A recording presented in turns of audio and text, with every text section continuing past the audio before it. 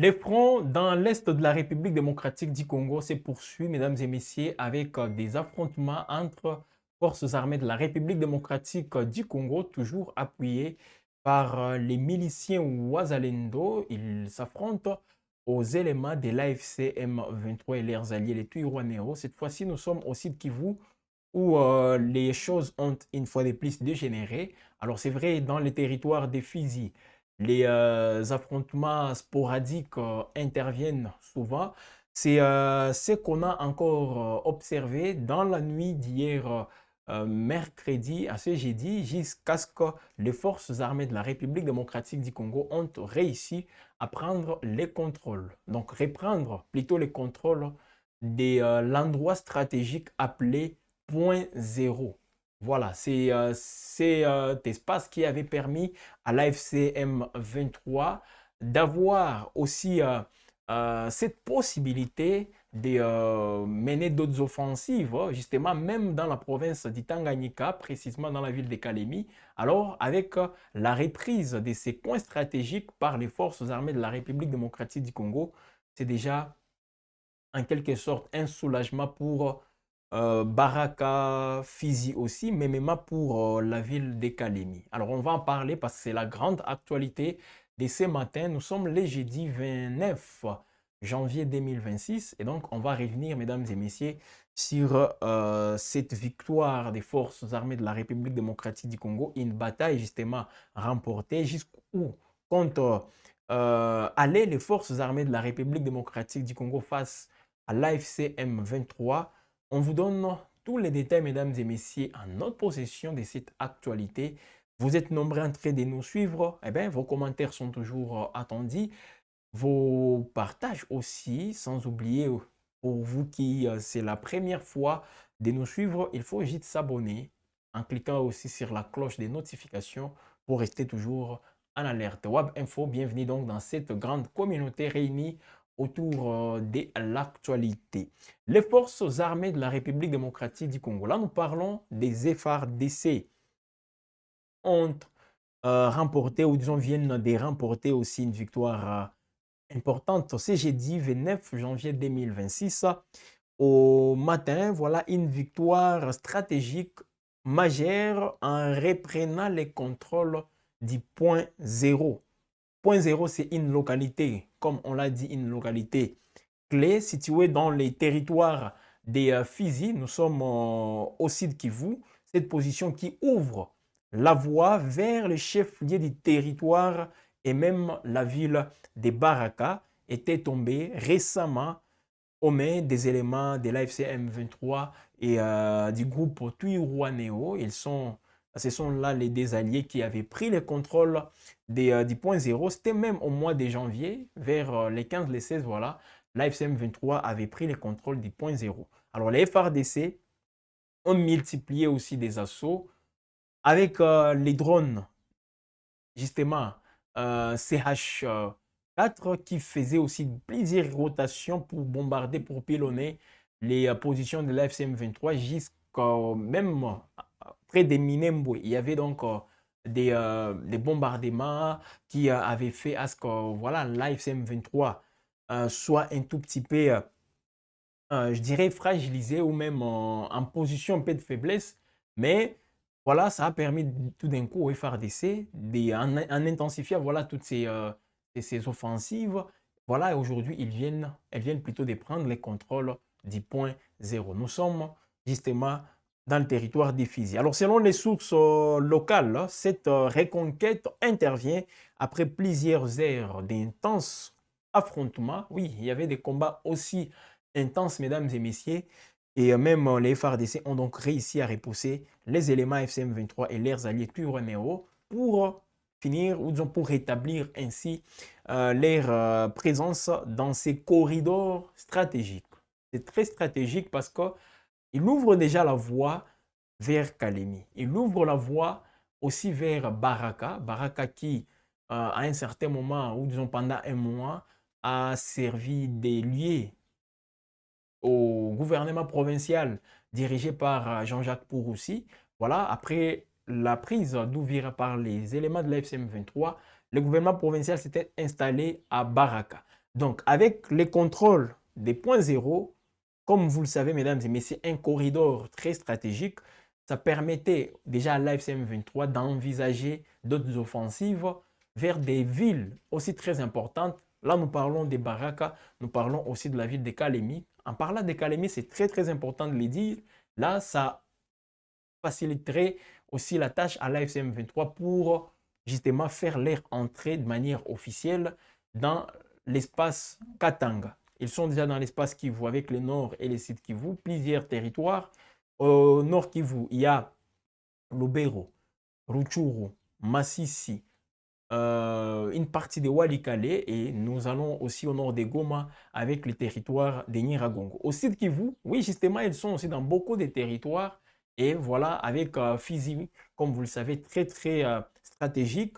Et là, ils bénéficient toujours du soutien aussi d'État avec les Twirwanéo, justement cette branche qui s'est attachée à l'AFCM 23 qui est très active justement au niveau du territoire des Fizi, multiplie toujours des assauts, répond aussi souvent aux différentes incursions des Ouazalendo ou même des forces armées de la République démocratique du Congo. Voilà la situation, mesdames et messieurs, au niveau des fronts. Donc après d'intenses combats, les FARDC ont réussi finalement à prendre le contrôle de l'endroit où disons de ces des points zéro. Un point aussi très stratégique, permettez de les dire, de revenir justement sur à ces mots parce que c'est très important.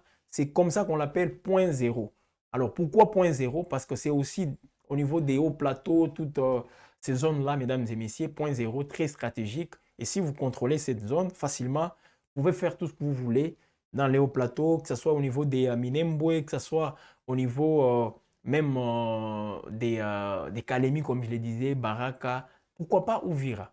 Ça aussi, parce que vous pouvez contrôler Uvira, mais si vous n'avez pas point zéro, facilement, n'importe quand, on peut directement vous déloger. Alors les FARDC, peut-être, elles ont compris tout ça, elles ont compris justement ces contextes, voilà pourquoi elles ont intensifié des frappes. Alors, qu'est-ce qui explique aussi cette prouesse? C'est quoi la différence? Parce que ce n'est pas la première fois que les FARDC procèdent par des frappes avec les drones CH4, mais sans pour autant obtenir des résultats escomptés. Donc, déloger les éléments de l'FCM 23 dans les différentes zones. Mais qu'est-ce qui explique justement cette, cette victoire? Alors, côté AFCM 23, il faut aussi aller dire, parce qu'avec tout ce qui s'est fait, mesdames et messieurs, sur les plans diplomatiques, le fait de demander à l'AFCM 23 de s'éloigner encore une fois de la ville d'Ouvira, ça fait à ce que les mouvements aussi, bon, je ne peux pas dire qu'il est en train de baisser les bras, mais les mouvements ne s'impliquent pas beaucoup plus dans la reconquête ou même dans les contrôles de manière aussi durable de toutes ces zones qui sont autour de la ville d'Ouvira. Voilà comment ça se passe. Parce que là, nous sommes aussi de Kivu, avec les événements Ouvira, les retours des Ouazalendo, les retours des forces armées de la République démocratique du Congo, ça crée déjà une, bon, pas une animosité, mais plutôt une certaine, je dirais, comment, donc, ça crée déjà une autre, ça permet ou plutôt, ou disons, ça pousse l'AFCM 23 à opter pour une autre attitude, et c'est qu'ils sont en train de faire. Voilà donc, la reprise du point zéro constitue un soulagement majeur pour la ville de Kalemi. Là, nous sommes dans la province du Tanganyika, dans les grands Katanga pour être aussi précis, et Baraka, Fizi, au sud Kivu. Alors, depuis la chute de cette localité, il y avait une paire, mesdames et messieurs, une paire de voir l'AFCM 23 avancer dans d'autres zones, non? Et donc, voilà, étendre même ces conflits dans toute la région. Parce que là, les Burundis se sentaient déjà menacés. Il y a les Burundis, il y a même d'autres postes frontaliers qui se sentaient déjà aussi menacés. Voilà pourquoi nous parlons d'une paire. Une paire qui était déjà aussi visible. Et ça a fait à ce que voilà, les FARDC reviennent avec beaucoup de détermination. Alors sur le terrain, donc, les forces loyalistes, appuyées, je précise bien, par les miliciens Ouazalendo, poursuivre les opérations de ratissage. Donc, en faisant les ratissages, c'est justement pour se rassurer, ou disons pour consolider tout d'abord leur position et prévenir toute contre-offensive. Parce que souvent, nous assistons à ce genre de pratiques. Oui, les FARDC contrôlent ou disons prennent une entité, mais tout juste après, surtout avec le Ouazalendo, tout juste après, vous allez voir l'AFCM 23 revenir. Pour dire, l'AFCM 23 a toujours ces capacités-là pour reconquérir encore toutes ces zones. On l'a vu. Rappelez-vous, mesdames et messieurs, pas plus longtemps au niveau du territoire des Walikale, il y avait justement je dirais, toutes ces opérations. Voilà, l'AFCM 23 qui se retire et tout juste après, ils peuvent revenir pour contrôler la zone. Même dans le territoire des masses, ici, ça se fait souvent. Les Ouazalendo qui menaient des offensives et tout juste après quelques minutes, quelques heures, ils étaient délogés par les éléments AFCM 23. Donc les FARDC, en faisant ces ratissages, disons, veulent se rassurer que oui, on fait ça, mais donc on a pris point zéro, mais on doit se rassurer que l'AFCM 23 ne va plus revenir. Donc prévenir toute contre-offensive, c'est le but même de ces ratissages et voir s'il n'y a pas aussi quelques pièges laissés à l'endroit appelé point zéro. Donc, c'est une victoire, mesdames et messieurs, qui marque aussi un tournant. Voilà un tournant très important du conflit dans un contexte sécuritaire toujours fragile, mais porteur d'espoir pour un retour progressif à la stabilité. Alors, les retours progressifs à la stabilité, est-ce qu'ils passent forcément par les offensives militaires, tout ce que nous voyons? Alors, moi, personnellement, je l'ai dit tous les jours, oui, on peut mener des offensives, on peut faire tout ça, mais si on ne s'inscrit pas dans une logique de durabilité, eh bien, on sera en train de gaspiller encore toutes ces énergies. On sera en train même de mettre toutes ces populations en danger sans pour autant prendre des mesures à longue durée. Alors voilà pourquoi ici, mesdames et messieurs, quand on constate aussi les processus diplomatiques qui va encore se réactiver. En parlant du processus diplomatique, là, je vois encore la reprise attendue ou disons annoncée des discussions à Doha. Parce que nous attendions tous, mesdames et messieurs, qu'il y ait des nouveaux rounds à Doha. Depuis la signature de l'accord cadre, il n'y a pas eu d'autres rendez-vous entre AFCM 23 et le gouvernement de la République démocratique du Congo. C'est très important en tout cas de revenir sur justement ces processus de Doha. Pourquoi? Parce qu'on n'a pas encore terminé. Vous-même, vous avez vu ce qui a été conclu récemment à Washington, où disons, ces rencontres des obstacles sur Terre pour la mise en place, ou disons qu'on arrive aussi à rendre pratique les engagements pris au niveau de Washington. Pourquoi? Parce qu'il y a une question qui n'est pas encore aussi résolue de manière définitive. Et là, c'est la présence de l'AFCM 23, la question de l'AFCM 23, tout ce qu'ils sont en train de faire. C'est quoi la suite aussi avec l'AFCM 23? Et en parlant de tout ça, mesdames et messieurs, on a vu justement hier, Gaëtan est revenu sur cette actualité, les Qatar qui a contacté Kinshasa, donc le gouvernement congolais, les Qatar a aussi contacté la coordination de l'AFCM 23 pour entrevoir d'autres rounds au niveau des Doha. Alors, on essaie un peu aussi de réfléchir. Qu'est-ce qui fait à ce que les choses bloquent? Hein? En tout cas, les blocages au niveau des Doha s'expliquent par quoi? Alors, ici, déjà, vous allez comprendre, messieurs et dames, qu'au niveau avec ces procès, pour relancer, hein, parce que l'idée pour les médiateurs, les Qatar comptent relancer ces processus de médiation entre la République démocratique du Congo, donc le gouvernement congolais, et l'AFCM 23. Un processus de médiation qu'on voyait déjà au point mort. Parce que imaginez, depuis la signature d'un accord cadre le 15 novembre 2025 entre les autorités congolaises et les représentants, bien sûr, de l'AFCM 23, alors cet accord décrit comme un document intermédiaire, un document intermédiaire pour guider les discussions futures a été obtenu après des mois de négociations aussi difficiles. Rappelez-vous, tout a commencé, mesdames et messieurs, entre février et mars, pendant que l'AFCM 23 prenait le contrôle de Goma. Entre février et mars, on a vu déjà, d'abord, Félix Tshisekedi et Paul Kagame réunis autour de l'émir du Qatar. Rappelez-vous de tous ces événements. Et après, les discussions directes avaient aussi commencé. Donc, ça veut dire on est sur une étape aussi qui prend beaucoup de temps, mais on aimerait voir justement toutes les parties se mobiliser encore une fois pour finaliser ces processus des Doha. Ça prend du temps. Bientôt, là, on va totaliser une année pendant que les discussions à Doha sont toujours aussi, je dirais, au rendez-vous. Donc, pour obtenir avec tous ces mois, mesdames et messieurs, des négociations, mais jusque-là, on n'a pas encore abouti à un accord de paix complet, donc un accord global, comme on le dit, accord de paix global. Jusque-là, pas encore. Donc, le Qatar a invité les deux parties à revenir à Doha pour reprendre les dialogues. Le Qatar a invité toutes les parties. Jusque-là, on n'a pas assez de précision sur la date pour être précis, mesdames et messieurs.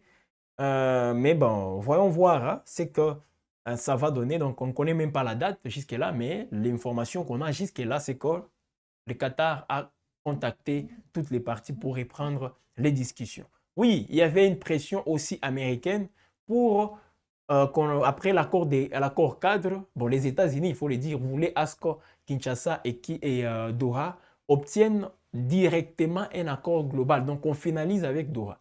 Mais comme il y avait beaucoup de blocages, il y a des préalables qui ne trouvent toujours pas de réponses. Donc, on a vu toutes les parties encore finalisées par un accord cadre, qui n'est pas un accord définitif, il faut le dire, pour permettre à ce que la rencontre, ou disons l'entérinement au niveau de Washington ait lieu. Ce qui a été fait en décembre dernier, les 4 précisément. Donc, on aimerait voir en tout cas que les choses, on veut voir les choses évoluer, on veut voir les choses aussi avancer. Voilà un peu, mesdames et messieurs, une très grande actualité pour l'instant. Alors, un autre point aujourd'hui qui voit la question, ou disons les conflits, ou disons la guerre en République démocratique du Congo s'inviter, c'est ce contrat entre la Grande-Bretagne, donc le Royaume-Uni, et les Rwanda. Voilà. Donc, une affaire qui s'invite déjà, mesdames et messieurs, dans les instances judiciaires. Les Rwanda poursuivent Londres en justice, donc les Rwanda poursuivent le Royaume-Uni en justice pour dénoncer des violations de l'accord migratoire signé en 2022.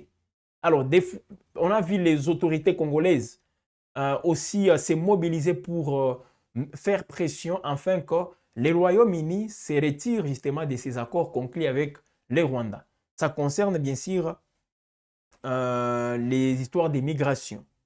Alors, Kigali a annoncé cette semaine avoir lancé une procédure devant la Cour permanente d'arbitrage de La Haye, aux Pays-Bas bien sûr, pour dénoncer des violations de l'accord migratoire signé en 2022 avec Londres. Les projets controversés prévoyaient l'envoi au Rwanda des migrants arrivés illégalement sur le territoire britannique. Un accord qui avait été abandonné en 2024 par le gouvernement travailliste nouvellement élu. Parce qu'aujourd'hui, ce sont les travaillistes qui sont au pouvoir poussés en Angleterre. Dans son communiqué, le Rwanda affirme que le Royaume-Uni a violé l'accord conclu entre les deux pays sur certaines modalités financières.